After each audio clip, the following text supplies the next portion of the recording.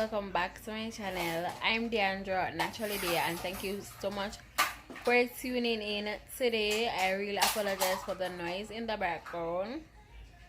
Um, Today I'm going to be doing something a little different. I'm going to be showing you how I created the backdrop for the photo shoot for my son's first birthday. So if that's something that you're interested in, please stay tuned. I promise it will be worth it because the pictures came out so well. So stay tuned. Thanks for watching.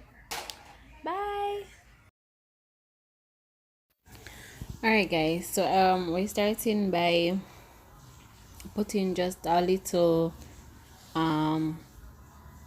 back. Once you say that this is the background, and on the floor, obviously, to bring the picture together, we decided to use this type of tissue paper here to just bring everything in with the theme.